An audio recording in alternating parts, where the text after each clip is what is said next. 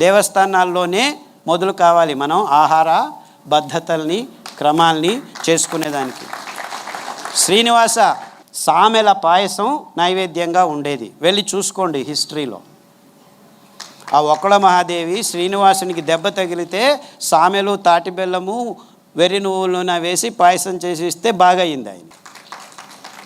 ఇప్పటికి కూడా మీకు గ్యాంగ్రీన్ ఉంటే అదే చేసుకొని తాగండి, గ్యాంగ్రీను 6 వారాల్లో బాగవుతుంది.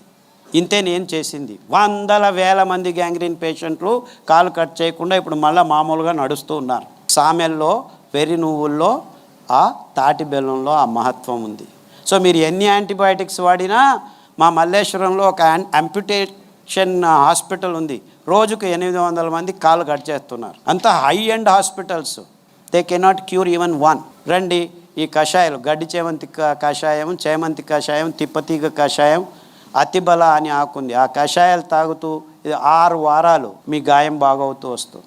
వందల మంది వేల మంది బాగు చేసుకుంటున్నారు. నా దగ్గరికి ఎవరు రావద్దండి, ఐఎమ్ యూజ్లెస్. నేను చెప్పిన ఇన్ఫర్మేషన్ను ఫాలో కండి, అదంతా ఫ్రీగా. సాక్షి రాంబాబు గారు, ఇంకా చాలామంది పుస్తకాలు, శ్యామ్ ప్రసాద్ రెడ్డి గారు అంటూ, ఇంకా వాళ్ళంతా అవిశ్రాంత ఇంజనీర్లు, కానీ విశ్రాంత ఇంజనీర్ల సంఘం అని అనుకుంటున్నారు.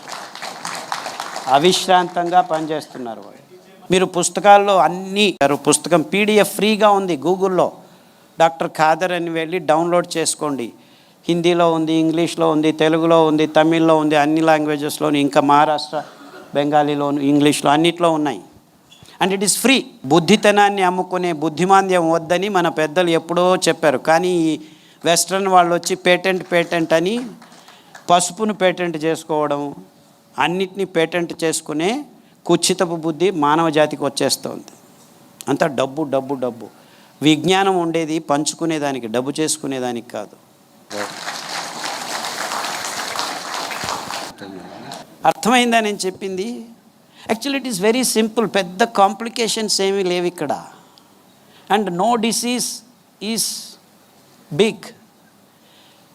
ఆరోగ్యం వచ్చేసింది అనుకోండి మీ దేహంలోకి, అనారోగ్యానికి తావులేదు. ఆరోగ్యము సహజంగా ఉండటం, సహజత్వమే ఆరోగ్యానికి రక్ష.